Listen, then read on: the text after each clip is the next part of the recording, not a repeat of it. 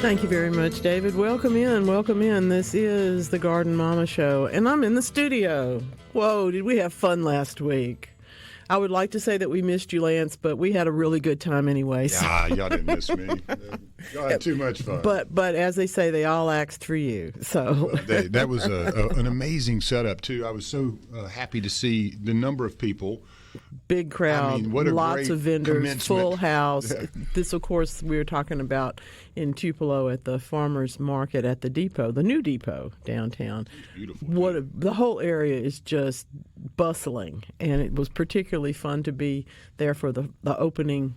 They've been messing with it. Everybody knows it's there, but this was the official thing, and it was really fun. It was so many nice people. The mayor was lovely. Well, the mayor, Main Street folks, I had to everybody's so sweet. I had to get the clip of the mayor saying, "Hey, we listen to the people." And sorry about that, Mayor. Genius but politics. It's going everywhere. He knows what he's doing. And really, the folks there in Tupelo, I've worked over there for years and loved the people, loved the town. It's such a beautiful little part of Mississippi that kind of gets tucked away if you live in the south or the central part. But if you hadn't been to Tupelo, it's kind of like Meridian. Go see it. It's a beautiful place. It's literally, it would only be considered an unusual place in other parts of the world. In Mississippi, it's just classic. Oh, it's just good great. people, good food, fun times, and some really, really smart maneuvering towards the 21st century as we wander through this maze of life here.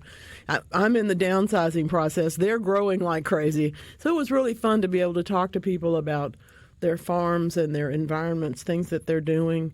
That was really a blast, and it's also nice to be able to not work that hard myself. Well, the bee guy, I'm trying to remember his name. Oh, the bee guy was so awesome. Goodness, it was like our first guest, maybe, and so he jumped in. Vernon, so much work.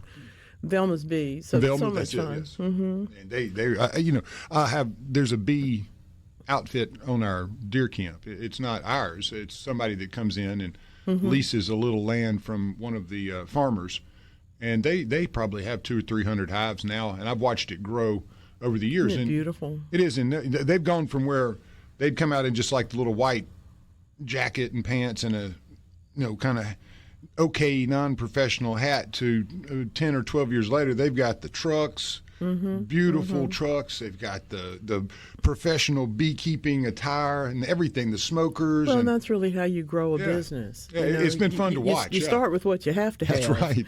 And then after you've been stung about 100 times, you go, well, let me see if I can get a better hat. Let me see if I can get a little bit more cover. And also, frankly, you develop your techniques. I've watched it. It's been really fun to watch and see them grow and go from some little flatbed trucks and a couple guys out there doing it to they're very professional, and the product is excellent. And it's one of those fun things. And then you get to hear the bees when they're there. Yeah. Oh, golly, it's like they're a helicopter. And you turn those side by side off and just listen to them buzz. And they'd be 150 yards away. Oh, sure, but there's a lot of them. Oh, yeah. It's something.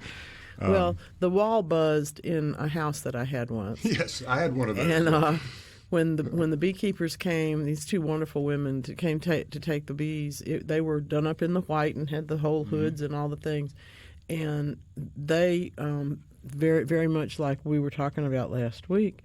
That when you find the queen, everybody else comes along. I found that so interesting, and it would be amazing to have that much power.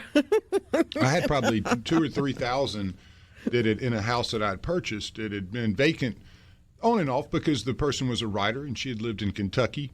And I ended up buying the house from her after she had not been in it much over the last 7 or 8 months. So once the queen decided this was a great place, she got in between some rafters in the open air garage that was kind of a unique home. It was a 3-story, good space. It was perfect. It was low and quiet and protected from the elements. And I remember going down there one morning and all of a sudden it was just this hum. Yeah. And it got bigger and bigger and bigger. It does. And I finally got a beekeeper to come out there, and he said, "Oh my goodness, this is a hive." You have guests. Yeah, he goes, "Man, you've probably got 2,000 to 3,000 that are servicing this area." The beekeepers took several boards off the out. It was a cypress house. They took the boards off the outside and laid out their basically what turns out to be the red carpet, except it's white, and they bring the queen out put her into the new hive on the other side of this carpet, and everybody stands at attention, forms lines, and funnels all of the rest of the bees in. And I had seen such a thing in photographs, maybe in National Geographic or something, but to see it in person was life-changing. Gives you a sense of symmetry, gives you a sense of the order of the universe, and all sorts of other things, plus how hard they work. Well, see, now growing up in the Star Wars era, as I did, it would remind me of the first scene when you see the boom, boom, There's a lot of that. boom, boom, and everybody's in unison. And it's you just know that perfection. George Lucas watched that one time. He watched the bees to get that order. Yeah, Maybe we have Richard Attenborough to thank for his father or somebody. His birthday was recently, his celebrated birthday. I'm not sure. Sometimes those folks they have 8 birthdays. This week I've seen the same 8. I'm afraid that's true. There's so many that like say, I was born on this day, and that was their alter ego birthday, I guess. Well, Brian from Tupelo is weighing in this morning to say that how much he appreciated us being there and had come in to see us. His daughter purchased a tote bag and a bracelet. Thank you very much. Right. And we really enjoyed it. Yes, Garden Mama merch is happening. Yes. Garden Mama merch is we have wanted to do this for a very long time, and my life is a pretty large plate, but if you do downsize one thing, you can pick up something else that you've wanted to do without staying awake for 24 hours in a row. I just did that. Well, anyway, that's a different story. But the question is always, what do you do? How do you shift? How do you change things? And I know people that don't ever want anything to change. I know people that paint the shutters on the house the same color that their mother painted it, that their grandmother painted it, that Aunt Maisie painted it. And if you like that, that's great. But if, like me, I kind of think friendship bracelets are cute. I never would have before, but here I am wearing them. I love them. You have to go through a few shifts and whatnot. Now, I will tell you, my daughter is the same age as Ms. Swift, who is, of course, the person that people made friendship bracelets for ages, but she's the one who promoted the parties and having, all of her friends and fans do that. And as my daughter says, good thing she caught on because they were all doing it before. But it's easier to get people like me to wear them now because they're better. My niece, they're higher quality. My niece has made me one, and I wore it until it absolutely fell off recently. And then a friend of mine's daughter at Deer Camp made me one, and I wore it till it fell apart. Yep, they do fall apart eventually, and it's kind of heartbreartbreaking because you're hoping that doesn't signify the end of a friendship. No, it's like when a friend gives you a knife for a gift. You're like, hold on now, is this cutting us out of the friendship? But no, I love the little friendship bracelets, and they're so diverse now. When I was a kid, you just had the little weave one. They would just make the little weave one, but now there's all kind of stuff going on. We have letters and names. I got asked what did I want. I'm like, I don't know. Why don't you just make me like Ole Miss colors? There you go. Powder blue, red, and she was like, okay, I got it. Today is Bermuda Day, and somebody literally sent me an email last week with all of the ways you can get to Bermuda. This was before they knew it was going to be Bermuda Day, and the question in the subject line was, are you ready? Which way do you want to go? And I thought, this is an invitation. Wait a minute. Let me read this a little more carefully, and then suddenly this week it's in fact Bermuda Day, not Bermuda Shorts Day. Y'all give that up. The actual physical country. Yes. I found out something though. Did you know? You probably know these things. I don't know these things. I don't sail, so I don't. I'm not a sailor, but the waters between here and Bermuda, which seem to be so close by and all that, are actually choppier than when you get between the Caribbean islands, because we have much more of the Atlantic effect coming. So in hurricane season, that's where you are more likely to find the ships moving away from than moving to. Isn't that interesting? I would love to visit Bermuda. It looks like, I have friends that worked in the financial world that were in Miami. Bermuda's a little hop, skip, and jump over there. They go over there all the time. Excuse me, as Cuba should be. Yeah, I agree. Hey, I agree. I want to go to Cuba. Anyway. I've always wanted to go to Cuba. When I lived in Mexico, the family said, not very easy for American to get there, but you can go with Mexicans. Yeah, and I said, okay, and I thought about it really, but I mean, at that time, I wasn't as adventurous. There's a lot going on as I am now, but I would love to visit Cuba for historical reasons. I have had people in my life that served in the Navy who went to Cuba from when America was still having relationships there, and of course, the music and one thing and another are all things. I love. I really feel like they've had the top put on top of them for too long. They need to be able to be Cuban, which is a magnificent thing. The rest of the but we should be able to go is. there. Exactly. Yeah, the rest of the Caribbean's like that. So that's the politics for today. You can disagree that's with me, not but it even won't do really- you any good because none of us can do anything about it. Yeah, we're not talking about political systems. We're talking about vacations. We just want to go to vacation. We're talking about vacations Now, here. there are more horticulture opportunities in some levels there than there were earlier in my life, but it's still not anything. They're not that interested in me. Let's put it that way. The far right side of the island on the Atlantic side, up in that's the best area for the tobacco because you get the eastern breeze. That's why it's so salty. That's what they tell us. Oh yeah, I've smoked enough of those cigars. I helped some guys with a cigar company years ago, and every now and again we would come across a true Cuban cigar like that, and it would be from the region, a Vuelto or a I have Abierto. seen them. I have never indulged. Man, they're so different. They're very salty, and it's because of the conditions. It's where they grow. Right. Yeah. Alvin in Brandon, good question. I wish I could answer it, but I actually can't. Can you explain how to interpret the results of a soil test? My garden is yellow. Could it be all the rain? Okay, this is an interesting, shall we say, this is an interesting problem to have and also an interesting way to look at the solution. When you get a soil test done, you fill out a form that you tell them what it is you're growing. And then that's how they tailor their results to tell you what to do. But yes, sometimes it can be confusing, and sometimes you do have to get back in touch with them to get more specific information about, for example, if you can go to your garden center, if it tells you to put so many pounds per acre of lime, they'll help you reduce that to however big your space is.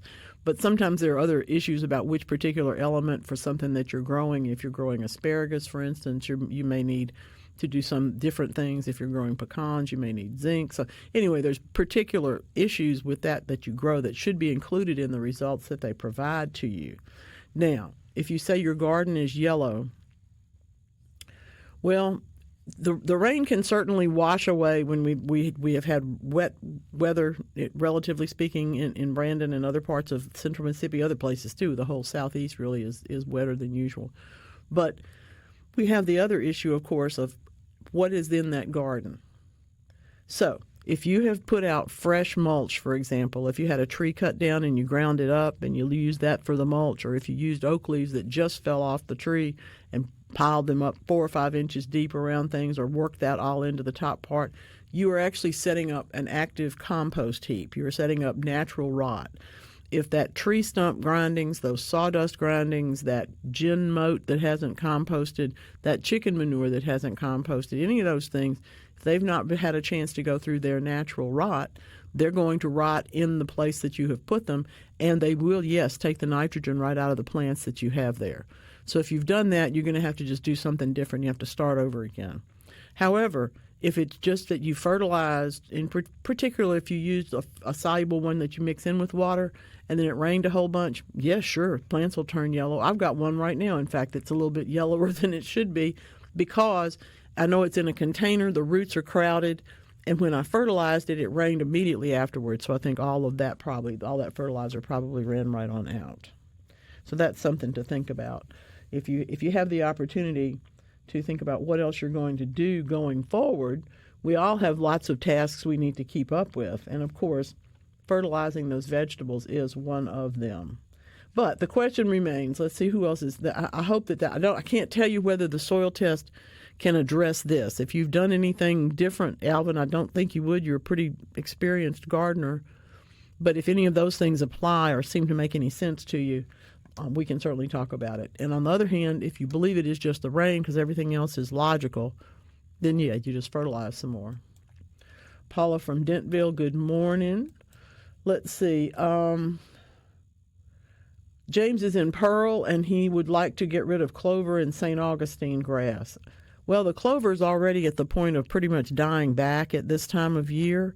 So the time to treat it is usually when it's coming up and just beginning to get going. But I would suggest, because it is St. Augustine, which is a little bit different in the way that it takes chemicals, go to your garden center and read the label to find out when the product you intend to use, because there are several things that are specifically to do in clover. I'm always going to tell you, please leave a little bit, because the pollinators need the nectar that's in that clover.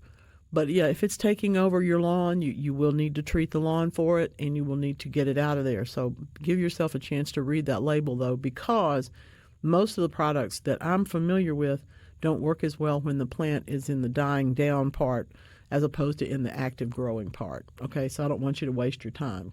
Give yourself a chance to look for another option. Look how pretty. I just love hydrangeas. That's gorgeous. Really, really pretty. Really, really lovely, lovely, lovely. Can't complain at all. This is still the beautiful gardenia, and yes, another couple of daylilies and whatnot. But the hydrangeas that are blooming pink and blue, I'm tracking them down to get to a name, but they have been released a couple of times in 2 or 3 different places, and I'm thinking that it's mostly a proven winners thing, but we'll figure that out. Well, hello, Bubba. That is beautiful. Gorgeous, gorgeous, gorgeous. Thank you very much. I hope you have a Memorial Day that will be memorable, as they say, and that we get the opportunity to thank people who, of course, did serve and lost their lives in our service. And that is something that we really do need to emphasize at this time of year. Memorial Day is the reason we get a chance to barbecue and cook out is because the soldiers who have lived and then passed away in their service to us did their work. Well, there's so much to talk about today. I've got a bunch of things going on. T-shirts, Sarah, we get all this going on. And the website's almost open, but I can send you to where the link is. So I will do that while we were here.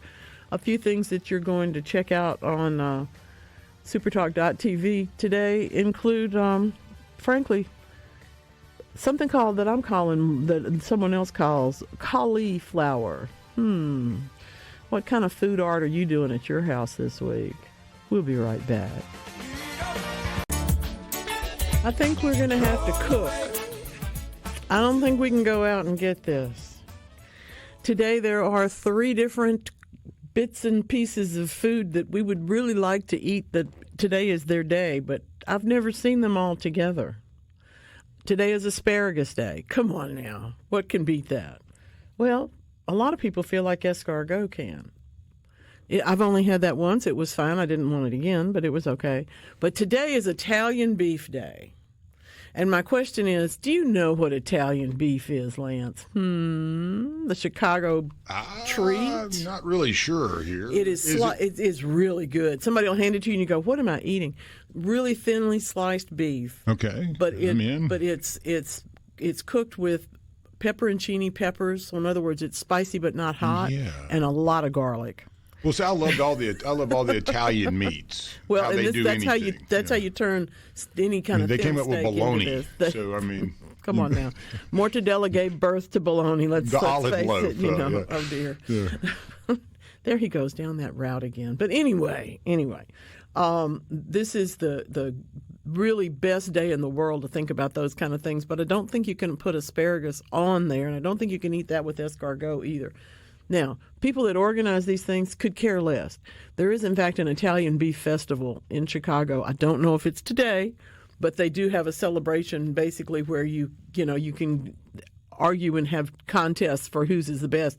To me, that would be one of the hardest things to judge, because after one bite with pepperoncini and garlic in it, how can you taste anything else? The next one would have to be that much more, that much stronger, Sounds delicious. I went off on a limb last night when I got a pizza, and then I saw this advertisement, as the English would say, for it's like a open-faced muffaletta almost, which is, it has the olive spread, the cheese, and the bread, but it was sliced into cheese sticks. But it was, so I was like, I'm going to try that. Man, that was on. I'm a muffaletta fan, but now you've given me an open face option. I can carry it around. Yeah. I mean, come on. They called it like olive bread or olive loaf bread or olive spread bread. I said, I'm going to try that. I'm going to splurge. It was worth the You felt the like risk. you needed a little more salt yesterday. Yeah, I had some. Yeah, my ankles weren't too swollen this morning when I got out of bed. Oh my goodness! Well, there's nothing really that competes with an olive spread. Oh man! I mean, you can taste Tapenade. that. Yeah, That's your neck of the woods, though. Sure. I like it finely. I really, me personally, I like it really finely chopped. Spready. Oh, I like do too. tapenade, not the Yeah. chunky. But I mean, I'm going to eat it either way. But the tapenade style is my favorite. If I can spread it onto the bread, though, I'll probably eat more of it. So. Yeah. That makes Melba toast have a taste. I guess it could. Yeah, that's the whole point of Melba toast, I think. Is to not take away. It does have to be strong enough to hold something wet on top of it. That is true. It has a purpose. There's a whole world of things to try to figure out how to eat something that you just carry around like that. Mm-hmm. It's not an easy skill. Not an easy skill. Janice from New Albany says that she absolutely loves Italian beef, especially Portillo's in Chicago. Let's go. Okay. I'm ready. I love learning. I'm ready. Let's go. Come here on a Saturday and just learn. Well, me too. That's what's the so Italian much beef. fun. I didn't know there was an actual name for something like well, that. And of course, people will turn around and Thought it put all was sorts of smart. other things on it. They'll put red peppers, and some people will put, but the Italian beef itself is cooked, frankly, so that you want to eat it and you want to eat more of it, because that's when you have spicy peppers. There's a whole bunch of research about this. Really spicy peppers can help you slow down the amount that you eat because it's real spicy, and so you're not overeating, and that's one of those things that's supposed to be good for you, to not overeat. Italian beef operates on the other principle. They want to stuff you. If it's good enough, you'll keep eating it. So I know that we have many people who agree with that in our world. That's so pretty. Magnolias smell so fragrant. They planted 50 of these 12 years ago. People said that I would regret it. Not so far. That is so beautiful. Oh, my goodness. Oh, just lovely. Just lovely. I did not get solar panel information, by the way, so thank you. That's a beautiful magnolia. The part of the downsizing at my place is involving some things happening, like a truck knocked a magnolia bloom off, so we floated it in my water collector, and it looks so pretty. Last night, I drove in the driveway, and it was like, oh, that's really sweet. I should have done that before. So now I'll cut another one and float it in there. That's pretty. This is interesting. Okay.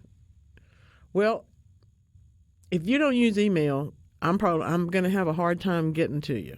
But I appreciate you, and I'll try and figure out how to get this information to you, Sarah. I don't even consider email to be social media. She says she doesn't. that's just mail. Well, yeah, she says she doesn't use social media. Yeah, I'm not a big I think what social she's saying media. is that she doesn't use a computer. Right, But right. but she's texting me from her phone. We can figure this out. We'll Somehow. figure it out. I'm a little limited in my tech savviness, I'm always happy to go to the next thing, but I may not know how to link it to the first thing. That's the other thing. When you go through all the stuff that you own, do you know how many cords everybody owns? Where's Tesla when you need him, huh? Why did we go with this Edison guy? Why did we go with Edison? Why didn't we go with this wireless business from the beginning?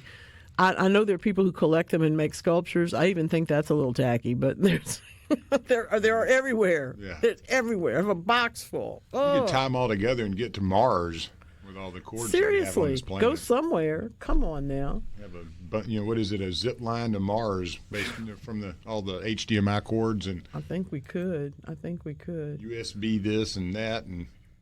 Oh my goodness, that's so pretty.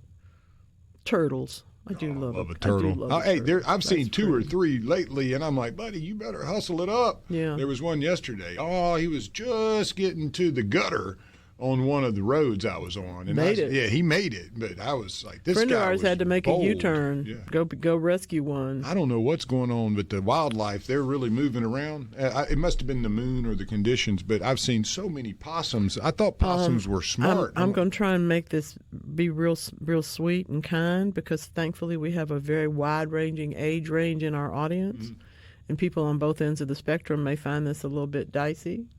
But at this time of the year, my dear, everybody's looking for a date. Yeah, I guess. So Yeah, whether well, it's a that makes turtle sense. or a flower Well, and the or a geese. honeybee or a goose or Yeah. whatever it is, everybody's, that's just Their what mind's they're not all working moving. right. No, Yeah. they're all moving. They're And not that's- thinking, because I've seen the geese, the possums, everything has just how been a that little goes. bit more, taking a few more chances. And that's what has to happen. No risk, no reward, Right. I guess as we continue to develop, we're encroaching in their world. And I just keep going back to Bubba's Rattlesnake Ridge photo. I love it. That's so pretty. He sent one earlier in the week. I think it was So pretty. Monday. Beautiful sunrise. And then he throws us another one today.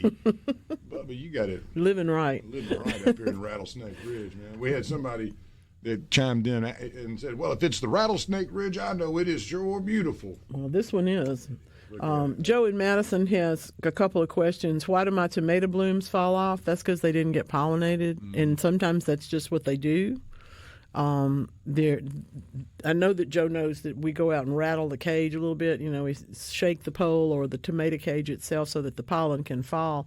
But when the conditions are not right, and sometimes in a condition like we've been in where it rains every third day, the pollen forms and it doesn't get to the other one and it's washed away. That does happen, and then the flowers will fall off. But they fall off when they don't make a fruit. And that's so they can that's actually a good thing. That's so they can go on and make more flowers. I have harvested my first genuine tomato from the crazy rebel starfighter that I got. Everybody else that I gave them to has got plants and tomatoes going. I've got 5 or 6 tomatoes ready to go, but I finally got one I could pick, and it's pretty. People who like beefsteak tomatoes would not like this one because it's green and also purple and also red. But it's pretty. I like it. So that's why they fall off. Now, the other question, these are the figs that Joe has been growing in this container. I think it's time to prune them back and plant them. I really do. I think now we're ready to go. They're on the east side of the house, and they're getting plenty of morning sun. They need some fertilizer, and they need room to spread out. So I certainly would prune them a little bit to take the stress off and then give them a chance to get growing, either in a pot, each one in their own pot that's a slightly larger pot so they can stay there for a number of years, or go ahead and put them into the soil if you would like them there. Pretty plants, though. Really pretty.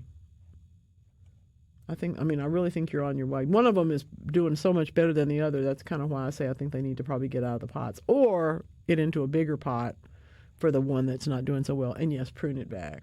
Okay. Toodles the tortoise. That's such a cute name.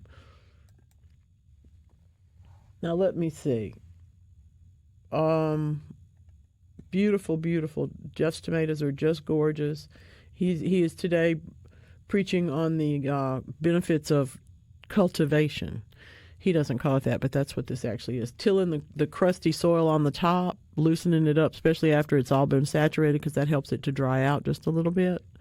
And saw an immediate response to it. The putting some oxygen there really did help them a lot. And, of course, it will. Now, yes, you have to be careful, but this is where you need to know your soil. If your soil forms a crust, then it's not going to have a whole lot of luck getting the oxygen out or the water out, the whole thing to evaporate. That's why we break it up. And I think he's done a beautiful job because these tomatoes look great. Thank you for that, Jeff. Appreciate you. Really fun to hear from you. Let's see. I don't know about that. That must be for you. Well, that's pretty. I don't know the name of this rose, but I agree with you that it's lovely.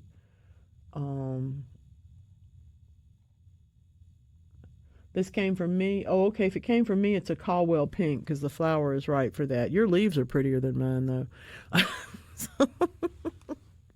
Thank you, Corinne. It is Caldwell pink, and yes, it is a rebloomer. It will bloom over and over and over and over and over. It's one of the captures from the Texas rose rustlers. And if you run into this little rose, it's about 2 or 3 feet tall at the most. I don't fertilize it, so it really never gets very tall. And if you want to push it, you can get prettier, bigger leaves, and you can also get a bigger bush. But it does just fine for me as just part of the flower bed, and it's lovely. And it's Caldwell, like Caldwell. I'm trying to think of somebody famous named Caldwell, but I don't know anybody. I had a pitching coach named Jim Caldwell. He was amazing. Well, I used to visit Caldwell Parish, but I don't know who it was named for. It may have been his relatives. I don't know. Let's see. Oh, my goodness. This is something or another about pines, and I'm going to just say that this is Bobby because I don't know who sent it to us. I've noticed that there's acres of pines on Highway 16 near Vaughn that appear to be dying. They were all brown, and now they're starting to grow back. Is this a result of the drought 2 years ago, or do pines just do that? Yes, it is a result of their recovery from the drought and also the recovery from some pretty serious freezes that, depending on where you were, either came before or after that drought year. Usually, I believe what we had mostly was the terrible drought year and then a really serious freeze year. And the fact that they came back is not necessarily indicative of what kind of pines they are, but many times if they were shortleaf pines, that the damage that they underwent would have encouraged the borers to get into them. So I would suggest that you look and see what kind of pine it is, because that's obviously the one we want to grow, because it can recover. I like that. That's not off the subject. Cherokee purple tomatoes are always on my subject, and yes, that's how come I bought this one that I'm growing that's purple, because I just like them. I like the little black cherry tomatoes too that are real dark.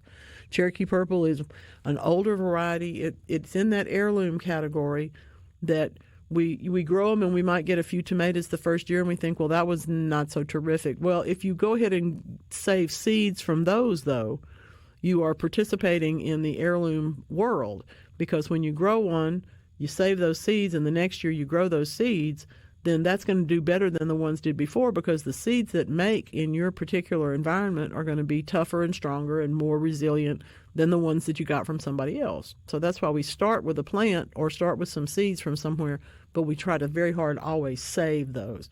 Brandywine, Cherokee purple, all the ones that you really like that are considered heirloom tomatoes. You do need to save those seeds if you want to continue growing them, because they will always grow better the next year. Okay. Yeah, we got some weather coming, and we didn't even think about Tupelo honey jokes when I was talking in Tupelo about honey. They just became too obvious. But we'll let Van sing us away from here, and we'll be right back with your texts, your phone calls, and some more of the Garden Mama Show. Those magnolias are magnificent. Aren't they? Good. It's like Dickie Betts playing a guitar. That's how awesome that is. Good. I just saw those. I was blown away. Go into meditative state here. That's just absolutely. And then you got beautiful. this beautiful field that must come up next to it. Yeah, what a great gorgeous tree line, and that's amazing setup, because you keep the wind and the soil and all the different things that erode fields. And you get the great tree line there to protect it. Beautiful. And I'm sure it smells amazing once the blooms start popping. Don't you know? Goodness. That's really cool. Very, very lovely. I'm trying to get all those over. I'm not sure who all these people are, but you have a lot of conversations going on here that I don't know anything about. I'm just going to move right along. All right. Kathy's in Zone 8. She wants to fertilize young pomegranate trees. This is so smart. I want to talk to you about fertilizing plants now and what to fertilize and kind of what not to fertilize too, because some of that's very important. For example, if your tomatoes have just put on their very first tomato, don't put fertilizer on them today.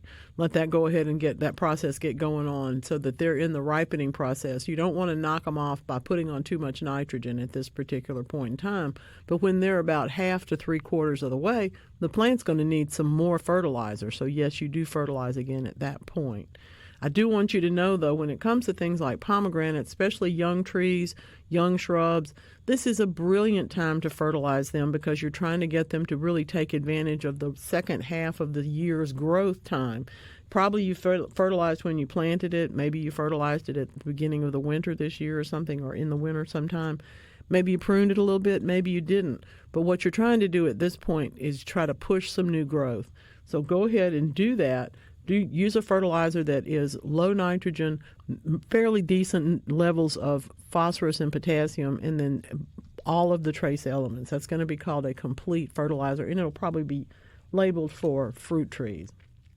I think that's real important to know. Same is true of flowering shrubs. Many times you can use the same product on flowering shrubs that you're trying to encourage as you would use on fruit trees, because you want to encourage a little bit of nitrogen, some good strong leaves, but you're really trying to promote roots and shoots and all of the other sideways elements. As well, they're not sideways elements, but they're the ones we only need a little bit of, the minor elements, the trace elements, the things that finish forming out that whole fertilizer component.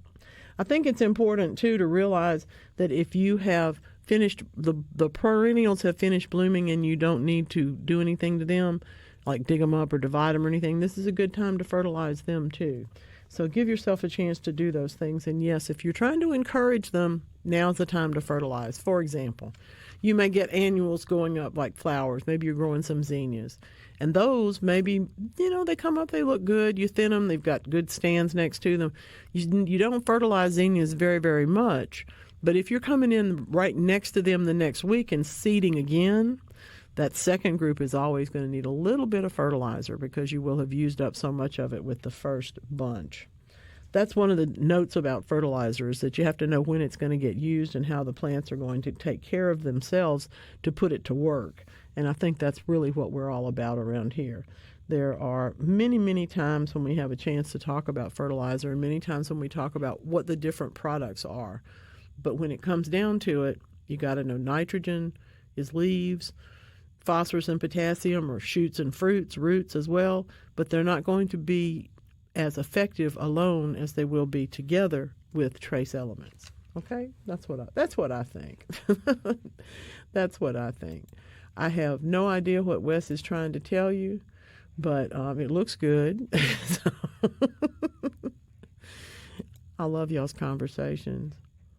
Oh, that's cute. That's the picture of the new SuperTalk app. That's lovely. I had not seen that, Paula from Dentville. Thank you for showing that to me. It is cute. Oh, that's nice. Really pretty flowers. Daylilies, daylilies, daylilies. Aren't they amazing? The colors are just And that brings me exploding. to tell you, the 28th annual Daylily Show will be next Saturday, May the 31st at the Hattiesburg Train Depot in Hattiesburg. Great place, great plants, brilliant people, and one of the strongest production areas for daylilies that you will find for new breeding, and really just taking those crosses and seeing what they're going to turn into. They just do everything down there. The admission is free. Go to hattiesburgdaylily.com for more information. It is open to the public from 1 to 4 in the afternoon. If the plant sale begins at noon. So if you want to go buy some, show up at noon. And if you want to just go tour around, you can go all the way through till 4 o'clock in the afternoon. They're so smart. I grow suburban Nancy Gale. I grow one called Lemon Drop. There are 4 or 5 that I really, really like. And Hattiesburg Daylily Society has the whole thing covered. They're so brilliant. Y'all go see them. They're going to be, again, next Saturday, the Hattiesburg Train Depot in Hattiesburg. I like saying that name, Hattiesburg. But yours are absolutely beautiful. I don't know who this is, but we're just gonna say it's Phoebe, and Phoebe has lovely daylilies. I like the ones that kind of have an eye. They have different colors in the petals, but I also like the ones that are just bright, bright colors. They're really pretty. You got some really crazy photos over there today at SuperTalk.tv. Doing an amazing Give job. yourself an opportunity to stroll through our image library today. There's some cool things. Woo, I've seen some colors I haven't seen in years doing this. Yeah. There's also some bottle trees. I'll let you know that beginning next week, and then the next week, the bottle tree tour is coming up on the 14th of June in Fondren. Back at the bottle tree tour Yeah, again. yeah. And so we'll be talking to those folks in the next couple of weeks too. There's so much going on. There's always a lot going on. And I'm very, very fond. I think that this is a narrow leaf zinnia. It's pretty. If it isn't, it's a pretty plant anyway. But that's another good one to consider for your flower beds, is a narrow leaf zinnia. It will bloom. It can take the heat, and it's just almost indestructible. Really, really nice. Let's see. Local honey, good. Yep, it really does help. Teaspoon a day, I think he says. Yeah, teaspoon to a tablespoon. You're way more than that. I was going to say, just depends on how he's feeling, I think. This is Chris. It could be a woman. But anyway, I also go with fall honey harvest and summer honey during the summer. You must eat a lot of honey to have both kinds. Come on now. Not sure if it makes a difference. Well, there are those who would tell you that it absolutely does. I don't have research to cite for you, but I'm glad to add your account. It's called anecdotal evidence, and oftentimes that's what we start with. That's where we begin, you know. My goodness, that New Guinea impatient is so pretty. SuperTalk.tv. The splashy flowers that they have developed that have really, they're just almost painted. You know, they have darker stripes in them and stuff. They're so pretty. New Guinea impatiens are such a controversial plant. If you don't like them, you don't ever want to see them. If you had them, you got them, you put them in too much sun, or you put them in too little sun, or you did something to them and they collapsed, and you never want to see them again. But I'm telling you, you really would like them if they had a place with just bright light, morning sun a little bit, that's good, but bright light all day long, and they really can. They are just beautiful plants when they're in. Particularly these newer varieties have just lovely, you know, so pretty. Y'all are funny. I don't know who this is that wants you to play games with them, but that's funny. Y'all got some people in this. I'm telling you. One of these days, you're going to turn on. It's just going to be us reading texts that have no context. Sometimes you have to because they're just too good. I mean, we're such fun listeners. So, y'all are great. You know, when I moved to Mississippi long years ago, I found out something very interesting.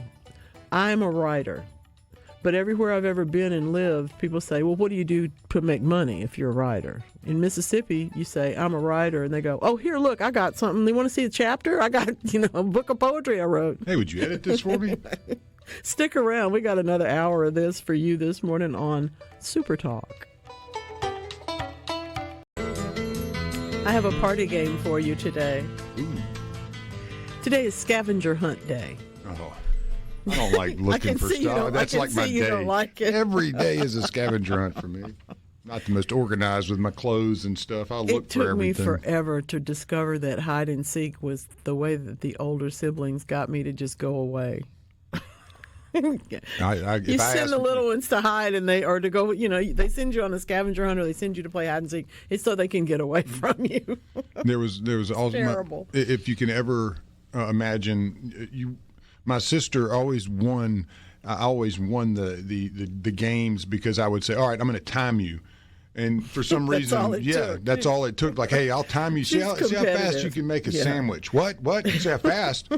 And she's still, very very person. But, at a young age, it was just, okay, if you just acted like you were timing, you could just count. And it got done. You're like, this is awesome.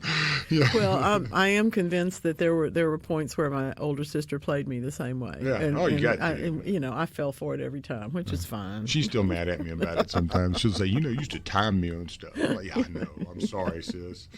She's amazing. Got her used to the world. Yeah. That's the way the world is. One of the things that is so wonderful about this show is that if you looked at these texts, you would think that this was a random horticulture experience. It is, and we really like it that way. So thank you. Yeah. Thank you for bringing us a little of everything. Look at that beautiful sky. Isn't that lovely? There are 360 degrees in gardening. We get to cover it on Saturday. All of it. Get all of it. Let me see how many of these I can rock in while they're all still flowing in here today. Really good question. Low spot in the lawn. The sod is both St. Augustine and centipede, which I'll grant you is kind of a tough combination to get to be happy together. But they filled in the space, and it's ready to plant the new sod. Is there any other tips? The only other tip that I would give you is to be sure that you are putting just a little bit of something like a new lawn food, if you're using plugs or if you're using sod, putting it underneath them, because they're going to start growing right away, and they're going to need to be able to reach that fertilizer, and you're not going to want to come back out there and start dumping fertilizer all over the whole lawn, because then the other part of the lawn will grow faster than this part that you're trying to encourage. So I would just say add a little bit of new lawn to it, and that will be great. Beautiful flowers, stargazer lily, garlic flowers. Christine in Manatee, though, has a hibiscus that's got some yellowing and some black spots on the leaf. I suspect that the ground is staying a little too wet, and that you've probably got a little bit, you have an attempt on the part of the hibiscus to shed off extra leaves because the soil is staying a little bit too wet. I would take off the yellowed leaves. I would more than likely, in my own head, I would want to use a fungicide on the rest of the leaves just to give them a little bit of inoculation against any more of that leaf spot that's trying to form. And then another week after that, I would fertilize. So I'd clean it, and then I'd do that. Clean it, trim it, and then fertilize it. Okay? Who've you got, sir? We have Jesse and Raymond. Well, good morning, ready to Jesse. roll. How you doing, Jesse? What's up? Good morning. I'm fine. Listen, you mentioned a couple of times about you're a big fan of cutting or trimming perennial sunflowers, and I got a feeling it's about time to do it. Yeah. I've got some that are 5 feet tall. I've got some that are 3 feet tall. Mm-hmm. So give me a proportion. Cut them back by a third or a half? I'm going to take them back by a third. I'm going to do the same thing to Joe Pye weed and to Claire Curtis mums if they have taken off. And my Claire Curtis mums have been so wet that they've only grown a couple of inches. They're looking pretty good right now. but some of the other things like the sunflowers and the Joe Pye weed really are going to be over our heads with all this rain if we don't give them a little bit of a prune now. I wouldn't cut them again, but beginning of June is a great time to do that. End of June is what you're saying? No, the beginning. Beginning of June. Yeah, no later than the end, but I would do it at the beginning if you can. All right. Thank you very much. Good to hear from you. Thank you much. You know, one of the questions that we always have about plants is how big is this plant going to get? And when you read about something, unless you're reading something by an author in the South who has grown the plant kind of close to where you are, add some space to it. For example, they'll tell you to give the hibiscus a little bit of a haircut. I'm going to tell you to take off the old flowers and the ruined leaves and then do a little bit of pruning on it. When it comes to those sunflowers, though, yes, you need to take them down by about a third because they're just going to turn around and bush out and make more sunflowers when you do that. What do we do with the iris now that we've lost the bloom and the plant? It still looks healthy, and I've got the stem stalk. And do I take those stalks off? Take them off. The flower stalks off. How far down do I go? You can go to the ground. Okay. If you were trying to breed irises, you wanted to make crosses, this is where you would get to work with seeds production and all that. But when we do that, it takes away from the leaves. And what we're actually trying to do is get those leaves to be pretty for the whole rest of the year and therefore nurture some flowers next year. So I know they don't stay in bloom long enough, but that's just the way it is. That's how that goes. Really interesting question from John wants to know if he pruned his pear tree too much because it's still got the black tips on it. I'm afraid you've got a fungus disease because it didn't go away when you cut them off the first time or even the second time. So I'm going to say take a piece of that to the garden center with you, but get a fungicide appropriate for fruit trees and spray that because I think we're going to have so much more rain in your area that we will need to protect these plants that are likely to get that particular fungus problem. And that one's obviously in that boat. Oh, those are beautiful limelight hydrangeas. What a beautiful view from the bedroom window. That's gorgeous. Oh, and we got a translation from Wes in Ocean Springs. It hasn't rained. I think this is going to be your week. He's been out tying up tomatoes, that whole field full. Excuse me. So that's a lot. That's a lot to do. But I think it's going to rain on you this week. Pretty sure. Oh, the cereus has started blooming. That's so pretty. Thank you, Mary. That's gorgeous. And the next round of flowers is starting to grow. How lovely. That's so pretty. Franklin County, is it too late to plant cannabulbs? No, you can. They're actually tubers, but you can plant them for sure. Even calla lilies too, if you had any.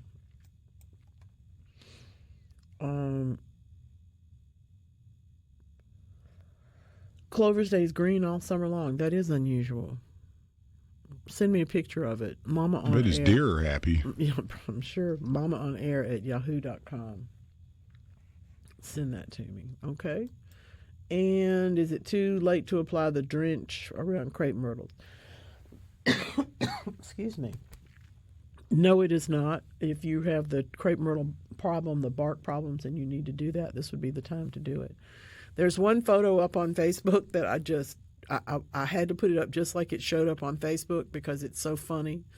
those of you who have a problem, as they say, with Bradford pears are going to want to look at this. These are all edible pears that have been grafted onto the branches of a not quite taken down but very seriously pruned Bradford pear. This can be done. It's not pretty at the beginning, as you will see when you see this picture. It looks like the whole thing has been, I don't know. It looks like I thought it was something in Sanford and Son's junkyard there for a second, but then I started really paying attention. I'm like, what in the world is this? It really looks like someone has been injured. I mean, some tree has been injured and you're trying to save it. But this was all intentional. And when we talk about scion wood and grafting, we're looking at a really specific form of gardening, of horticulture, that not a lot of people do. And if you want to take up something that is going to be unusual and yet in demand, it's because it always is, grafting is one of those things you might want to practice. And the other part of grafting is that it's interesting. When you begin to study it and you begin to learn how the parts of the different plants line up together so that they're able then to put their cells together and keep growing, it's another one of those pieces of the puzzle that is just, it's like seeing fireflies for the first time. You go, wow, look at that. And what is the end game here? Like, what are we going to expect from this tree once everything gets together? We will get pears we can eat instead of the others. Bradford pear things with the nasty little fruits that even the birds don't like very much. Because the pear tree is strong and it has good health, we don't need to plant a new pear tree in this case.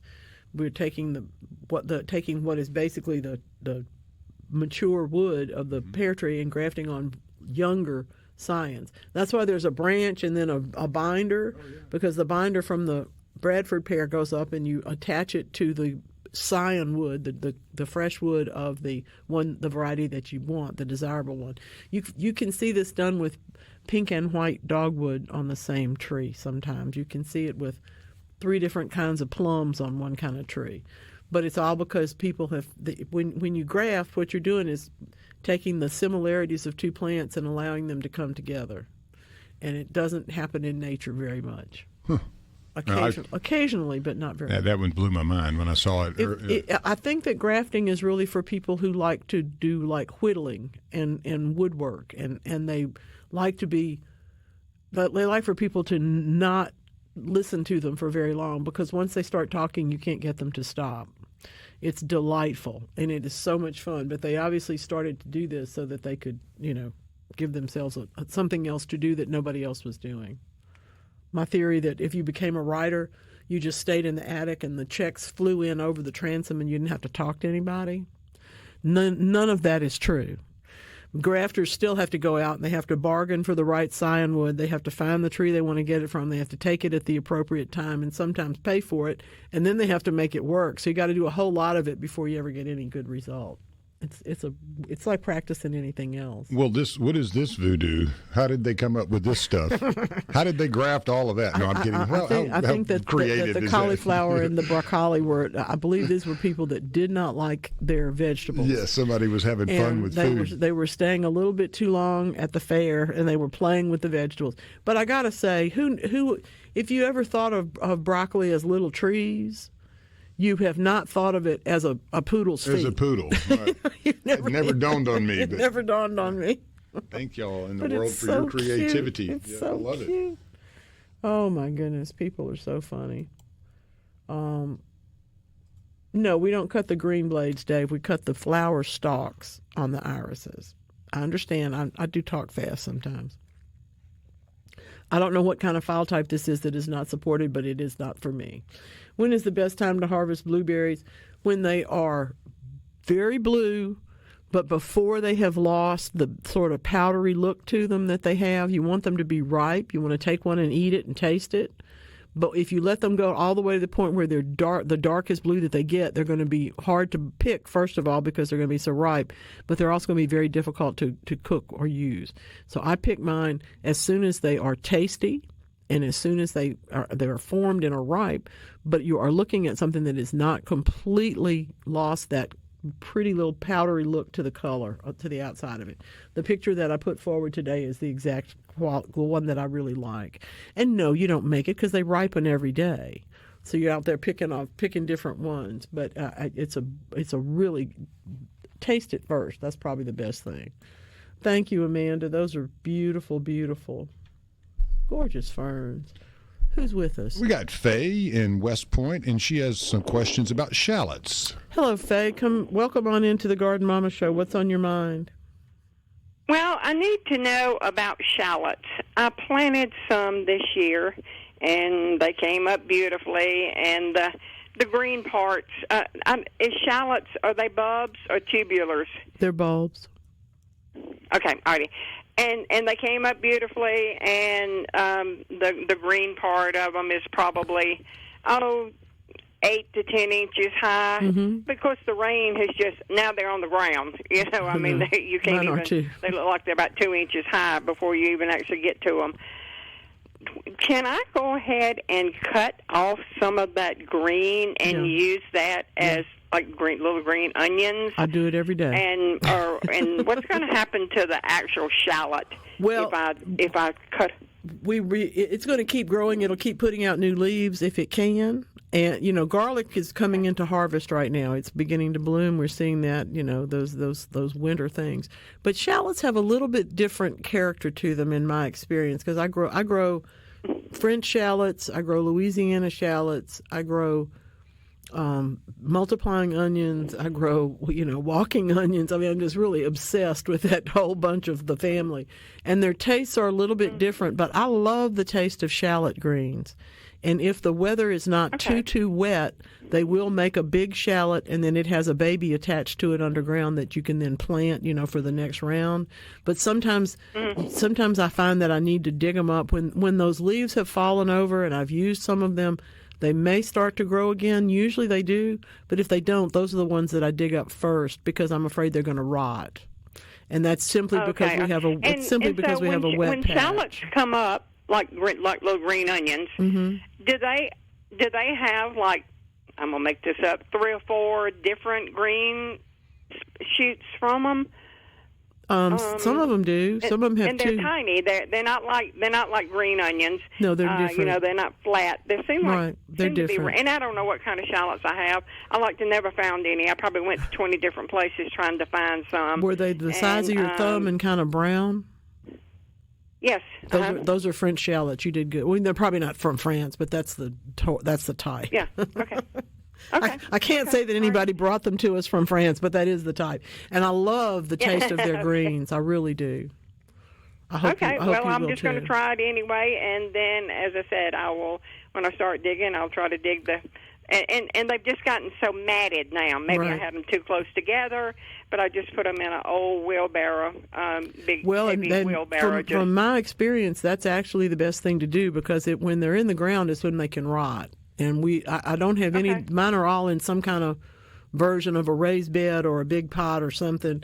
I looked in the tomatoes, and there's two different onions stuck in there. I have no idea what I planted there, so it's going to be interesting to have to taste them and see what comes up. But yeah, I think you're on the right track. So I'm glad you sought them out too, because they are tasty. Thank you. Okay, I'm gonna try it. Good to hear from you. Shallots. Now I'm getting hungry. Ooh, cherry tomatoes. They're so pretty. We're going to say this is the same person who has the limelights and those magnificent magnolias. Just beautiful. Just gorgeous. I'm liking the tomatoes. Well, I know that this is our momentary dance across the hall love affair with the Balfour brothers this morning. So I'm going to step aside and let Mamu take over. We'll be right back. Y'all really ought to see him. He won't put the camera on himself. I just need some spoons and a washboard. That's right. That's all. And an accordion and a harmonica, all hooked up to me. A really fancy hat would be okay. Yeah. This is, in fact, the Garden Mama Show. We have a really good time. We're so happy that y'all do. I'm going to say this because I can't say it at the beginning or I'll begin to cry. It's so sweet. Y'all were so sweet last week. Y'all, Tupelo, I love you so much. People came and said things to me that, you know, were too sweet, too kind, too nice, and I believe every one of them. I would like to think that I'm really that terrific. Clearly I'm not, but it's wonderful that you feel that way. particularly about the program and particularly about the place it holds in your week's rotation of life.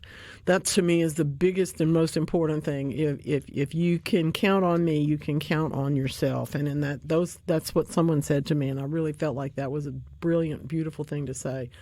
If you turn on the radio, we're talking about plants. We're talking about what you're doing right, what we're doing wrong, how all these things work. We're in better shape than we were. So I appreciate you very, very much. Who's on the phone, Lance? We have Mabel on the phone. Oh, good. And hey, she Mabel. was patient through the break for us. Thank you, Mabel. Good morning. What's up? First, good morning. I hadn't said it yet. My okra, I don't know, can you plant some more? I done planted it twice. It come up, but it would die away. I don't know. You absolutely can. You definitely can plant it again. You can plant okra as late as August and still get okra. But I have a feeling it's just been too much rain. And we're still in a rainy patch. But, I would go ahead and plant some more. Just try it again. It can be difficult because it doesn't like super wet weather, but it doesn't like cool weather either. So the hotter the better for okra. So, would you put it in I tried it in the ground and I tried it in a pot. I would probably do both again. I would do both again because it really depends. If it rains a whole lot, the one in the pot's going to do better. If it turns off dry, you're going to be more likely to get the ones in the ground to sprout. Do I need a real large pot, or how many I could put in a pot? In about a 1 gallon pot, I'd put 4 or 5 and see how many come up, and then thin them down to 2. But if you're going to put them in the ground, put about 5 or 6 seeds 2 or 3 inches apart. See what comes up. And you can't buy no plant. You have to. You can, but I'll tell you the truth. A lot of times, this time of year, the plants are pretty big, and they tend to fall over when you plant them. So, if you find some okra plants that look good, sure, you can absolutely grow them from plants. But this time of year, sometimes it's hard to find. Yeah, it's hard to find this time of year. Well, do you let the seed come up in some water? That's what my dad used to do. He would put a little water on them. And then we soaked ours. We soaked ours for a couple of hours in warm water before we planted them because they would come up a little quicker. Oh, okay. And now, my tomatoes all got tomatoes and squash on. Do I fertilize them again? Do they have fruit on them? Are you making tomatoes? Yeah, they got tomatoes on them, just wait until those are about half ripe, and then fertilize the plants. Oh. Okay. And you put do you put dry fertilizer? Either one, as long as you're working it around the base of the plant. The dry fertilizers, the granular types, will last longer than the ones that you mix in water and put on. So it's kind of how you want to do, Yeah, I just worry about my okra. And my blueberries. Next discussion, real quick. My blueberries got lots of blueberries on them. But they're not ripening so well. We're just coming to June. We're gonna have a big crop. If I've got 15 in a little bunch right now, I got one that's ripe, and that was yesterday that it ripened. So they're just starting, but they're gonna get there. I promise. Yeah. Okay. No. Okay. Okay. Keep at it. Thank you, man. Right, it's good to hear from you. Thank you. You're on the horn over there. I can see, Lance.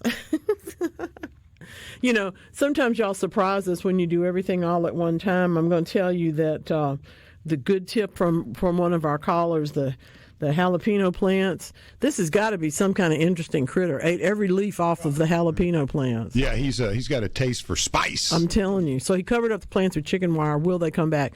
Pinch the tip of the plant, put on some fertilizer, and if they can come back again, they will. You might want to buy a couple more plants. Well, Mike is on, and he has a fun little story. He loves getting out and about and doing things. So, Mike, you're on now. Tell the garden mama what you've been up to. Oh, yeah. Well, Miss Nellie, yes, I guess sir. you do know I'm a yard sale freak. Mm-hmm. And I went by one of the thrift stores up here, and I saw a certain book by a certain author. Or the author was Nellie Neal, I believe was what her name was. Could have been. And I thought that'd be you. Yep, could be.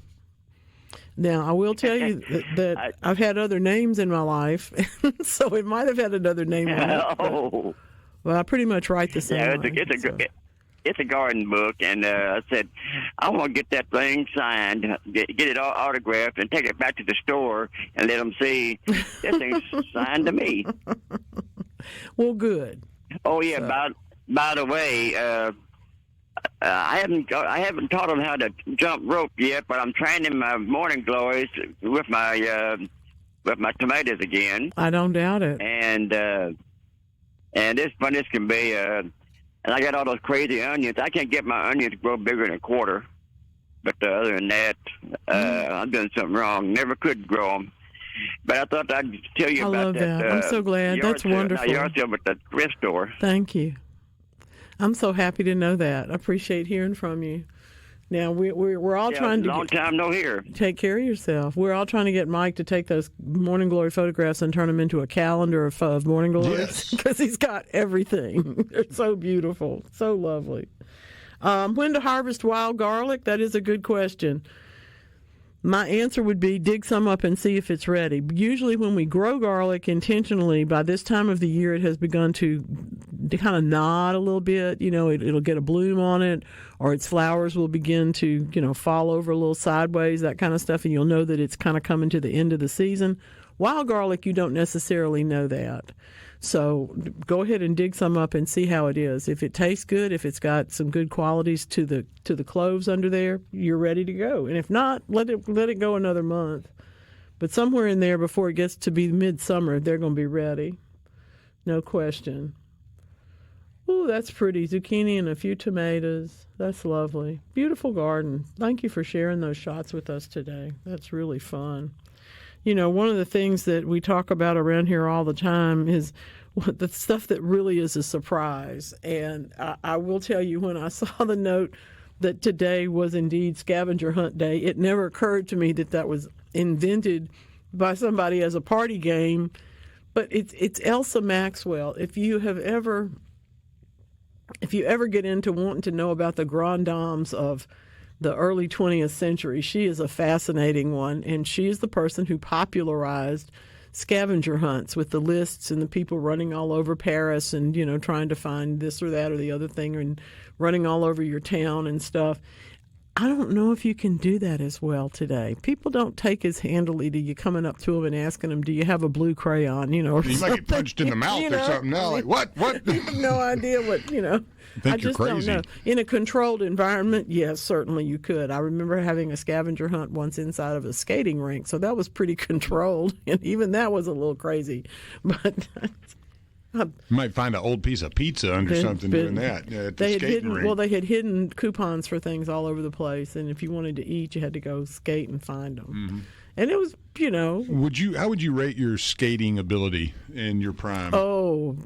5 out of 10. That's all. I'm not very good. Middle of the pack there. I can get away from you if you're chasing me. Did you do the races? No. Those are always fun. I'm bad at that. I always wanted like the designer roller skates. Well, sure. I never had them. I always had the brown things with the orange wheels that were the stock. But I never hold on. We had the key, and you attached them to your shoe. Yeah. I'm not kidding. Y'all think I'm making that up? I'm not. Little piece, you just put them down in there and lock them down. You change their size with the key and attach them to your shoe. Now, of course, then they opened up the skating rink, and well, my goodness, everybody had designer ones. The nice wheels were a big deal. Yeah. But there's just there's so many things that are human beings really don't like to do the same thing for too long. We really like to invent another way, another thing, another game, like scavenger hunts, for heaven's sakes. Who decided on that? Today is also Wig Out Day. And I don't think it has anything to do with what you wear on your head. I think it has to do with expressing yourself in a slightly wigged out manner. It's not too hard for me. It's kind of a daily occurrence. But, a lot of people have to actually make themselves wig out a little bit. I found a puck lithograph in a Baltimore art store, kind of, it was just one of those places you go in and everything's in a slip. And they're all 1800s, 1900s. And I loved it because it had the pastor in his full regalia, big top hat, a nice watch and everything, standing out in the street sweating. And then the guy that owns the another type of business, which was like a library or bookstore, they're standing out there in consternation, upset because the skating rink is taking all their customers. And it was when the skating. So I loved it because it was that frame in time where that was the new thing, and everybody's like, "Oh my God, my customer!" Gotta go see about this. Yeah. Yes. Well, how are they going to do that? Well, and of course, what came along very shortly after that were things like blue laws, where you couldn't, because of the power of the religious entities, I will call them, because there was more than one type. You couldn't have anything else going on. There was a point, even before my time, when you could go to a breakfast place, but it would close down as soon as the service across the street was starting. There were all kind of things that were really manipulated that way. And Americans pretty soon said, I'll make that decision. And then we had prohibition after that. And then, other people said, I'll make that decision. But I love the old puck lithographs like that because there's some great stuff. They're really cool. It's a great go back in time look and see things that today we would take totally for granted, and it wouldn't make any sense why. But because things change. I mean, it's like you're saying, people don't like to do the same thing regularly. Plants adapt. I've noticed they have to. Given the type of conditions out there, it depends on what it's going to be like, what you're going to get. I mean, those irises struggle with them for 2 or 3 years. All of a sudden this year, I don't really know why they decided to change their mind, but I had 10, 12 beautiful irises. My daylilies are doing that. This morning we were walking in the back and noticed that there was the yellow daylily that usually has 2 flowers on it has like 20 this year. Didn't do anything to it. Thanks for changing your mind. I appreciate it. Just a nice day. Nice day for a daylily. That's about it. That's nice. Ken's Thanksgiving cactuses are growing. That looks good. We finally got those squared away. He was rooting those for quite a while. Beautiful hydrangeas. Just beautiful hydrangeas. Really lovely, lovely. Y'all got so much stuff going on. I know it, don't they? Pretty things. It's so much. Wearing out the mouse today. Such I might a have treat. To put in some new batteries in this thing come Tuesday. Such a treat. Did you know that that anybody would be curious about how hibiscus flowers lost their bullseyes? They used to have that basically a landing strip for the pollinators. It's dark red and then a lighter color and then a lighter color and then you're on the inside. Well, University of Cambridge is letting us know that repeated genetic changes have actually led to the loss of those striking bullseyes but have not affected pollination. So I have to say that the hibiscus changed their minds as if they had them, but they changed their minds. They grew like they wanted to, like they thought was going to work for them. And it turned out that they didn't have to. They found that bumblebees clearly prefer flowers with big, dark bullseyes that act as visual guides, but that there are other shifting pollinators that do not need that. And this is proof of the shift in pollinators because the plants are not the same as they were 100 years ago in terms of their propensity to make that bullseye. And we do see that. The retibita that I grow, it's a Mexican hat, so it has a big nose on it. And what I've noticed is that the plant that has entirely yellow flowers has just as strong a nose of it. You wouldn't think it did because that's not as desirable a plant. But in this setting, it has decided to be. So I have both the ones that have the little fringe on it, and I also have the plain ones, and they're both equally strong. I don't know. They're going to duke it out, I guess. I don't know what they're going to do. This whole chili business, I'm going to talk about this next week. I'm going to bring some more together about this chili business because between the pepperoncinis, the less heat chilies that will help with pain control, and the greater heat chilies that will help with appetite control, this is some fascinating stuff. I'm going to have to do a little bit more reading into all of this and bring it to you because I like it. We've also got information today about the origin and fate of plants that do not bloom. Yeah, that's right. There's a few. And those axolotls. We'll talk about them when we come back. There's some ladies here. I never wanted to learn to play accordion until recently. Yeah, I've always wanted to know it. Well, It looks so complicated. I too. had the opportunity to hold one or time or two when I was a child, and it scared me to death. Yeah, they look scary. And there's some kissing going on. I mean, there's some dancing. Danse. Busy. Yeah. Those are the places where you nail your shoes to the ceiling when you leave. I'm not kidding you. I'm serious. My favorite type places. That's right. Lots of fun. But we'll talk about Judy Tenuta another time. But accordion players, Weird Al. I mean, come on. Julie Balfour. They're just it's an instrument that has a very eclectic following, to put it mildly. And for those of us who are even scared by a concertina, the accordion is very intimidating. I do what? It's like, so you're going to play these bagpipes. I'm going to do what? I mean, can you imagine bagpipes and an accordion working together in harmony? My friend Jason is in Scotland. Don't talk to him. He'll come back and do that. I mean, with the blending of cultures. Well, it's our friends from the Great Mississippi Tea Company. They're over there once again. Claire and her lovely husband taking awards and this and that. She's Claire and the husband are gonna have to. David, they're gonna have to find us. That place where you nail the shoes to the ceiling. That's the one. That's the one. It's been a while, but I can probably find that road. You know where it is? Okay, probably can. Gloria and Clinton has beautiful lilies. They're so pretty. The Asiatic lilies have been lovely this spring, this season. And I'm so happy to see them all doing so well. I do think they are one of the things that in a well-drained soil does better if there's plenty of water.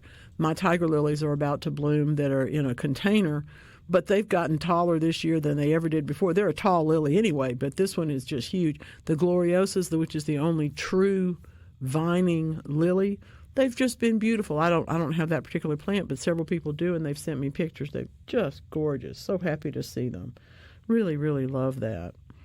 From Kobe University, by the way, my friends, plants that reproduce exclusively by self-pollination, that is correct. There are some.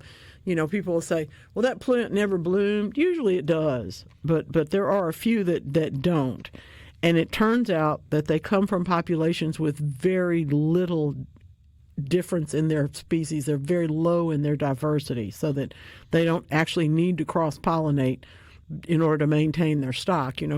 Plants will tend to pollinate with other plants, even if it's the same plant, just to keep their genetic stock strong. But the idea is that one of Darwin's posits was that plants that don't have the ability to bloom and therefore make seed and therefore propagate that way are on the road to extinction. And in some cases they are, but what we have found is that there are two species that arise from insect-pollinated species, and they just lose the need to do that because they're so similar. And I think that's really very, very interesting, pretty interesting stuff, things that we don't, even if the pollen gets transported, it doesn't matter because the plants are so close to the same. That, to me, why that is just fascinating to me. I'm fascinated. Oh, that's so pretty. That is beautiful. The Fondren Bottle Tour will be June 14th. You can go to Fondren Bottle Tree online and get some tickets for that already. There's plenty of information out there. And I got to tell you, if I was going to make a cover of a magazine today, this would be the one. Paula and Tom and Brandon have put a tree stump to its perfect use. They have put a container on top of it that is absolutely a mountain, an absolute mountain of petunias. It is beautiful. So gorgeous. So gorgeous. Oh, that's really pretty. I do love. But I love this particular work. Really pretty flowers. Really, really pretty things. This is. I want to guess, but I'm not gonna guess that I know who this is. Hello, Sandy. But that particular begonia is one of my favorites. I like the angel wing types, but I like the ones that have a little bit stronger leaf that don't droop quite so much, and that's one of these with the big flurry of flowers is just really, really pretty. That is lovely. Just gorgeous. Janice in New Albany has got the mystery plants. They look like sunflowers. Is that a possibility that there were sunflowers there? But I really don't know. so many leafy green things, but it really does look like sunflower seedlings that have come up in places that I have had sunflowers in the feeder for the birds, or, other situations. But I don't know. Let at least one grow so we can see what it is. There might be something there that we like, as it turns out. So much to do this week. Oh, my goodness. There are blackberries coming along. They're trying really hard. Do you know that those are not actually berries? They're drupelets. But if you try to say druplet instead of berry, you're not going to ever get anywhere with anybody. Now, of course, a drupe is a type of berry, and it's all horticulture, or that's actually botany. But I'm going to just keep it at blackberry. But dewberries are really my favorite, and they are much harder to cultivate. That's why we don't see them in as many garden centers, for example, or as many university breeding programs, because the dewberries tend to be earlier, and they tend to be a lower growing plant, and they tend to have a few other things that will come along and eat them when they're babies. The blackberries, of course, the wild ones, have a small fruit, but they have been bred into thumb-sized, thornless, magnificent, and still just beautifully sweet fruits. Really neat things. Birds love them. That's true. Man. They do. You can tell when their blueberry bushes are ready. We have a slight rapprochement. One of mine is tall enough that they can have the top of it. I can't reach it. And they're pretty mean early in the morning. They don't like when I go out to pick but they will get along with it because they get the ones that are in the top of the tree. And yes, it is a blueberry tree now because it is 10 feet tall. 10 feet tall. So, you can't get up there to those. You got to let the wildlife have them. Squirrels eat them too, don't they? No. No, they don't. The squirrels are more interested in my tomatoes. I got you. They're smart. Do they eat bacon too, you think? They might. I don't know. Never know what they're doing. I don't know. Do they make toast? Creative. Now, if they'll make toast, I'll be there. Just hang out with them. I'm just not sure they do that. I have something to leave you with today that's probably going to make you very nervous, and I hope it will. Massachusetts Institute of Technology, our MIT folks, researchers are now attempting to extend the shelf life of vegetables by injecting them with melatonin. Now, as if that wasn't odd enough, how is that going to help? Apparently it helps. That they use microneedles that are biodegradable to do this. I'm sorry, this makes me very uncomfortable. I'm sure there are a lot of other things that would if I knew about them. The researchers believe that their system could offer an alternative or a complement to refrigeration. And of course, there are many places in the world where there are not refrigerators or the capacity to have them, and therefore you have to do something else to keep your produce. But central to their approach are these patches of silk microneedles. They get through the tough, waxy skin of the plants without causing the plants to have a stress response, which is usually what happens when plants are injured. They go into stress, and that changes either the way they taste or the way they grow, or in some cases, the way the cutting callus is over. So just think about that. They deliver precise amounts of melatonin into the plant's inner tissues. Do you want that? Talk to me. Send me an email, mamaonair@yahoo.com. I'm fascinated and horrified all at the same time. Thank you so much for being with us today. Y'all are the best audience in the entire world. Thank you, Lance. See you next week. The Garden Mama Show is a production of SuperTalk Mississippi Media. Download past episodes at supertalk.fm and contact Garden Mama anytime at mamaonair@yahoo.com. Thanks for choosing the Garden Mama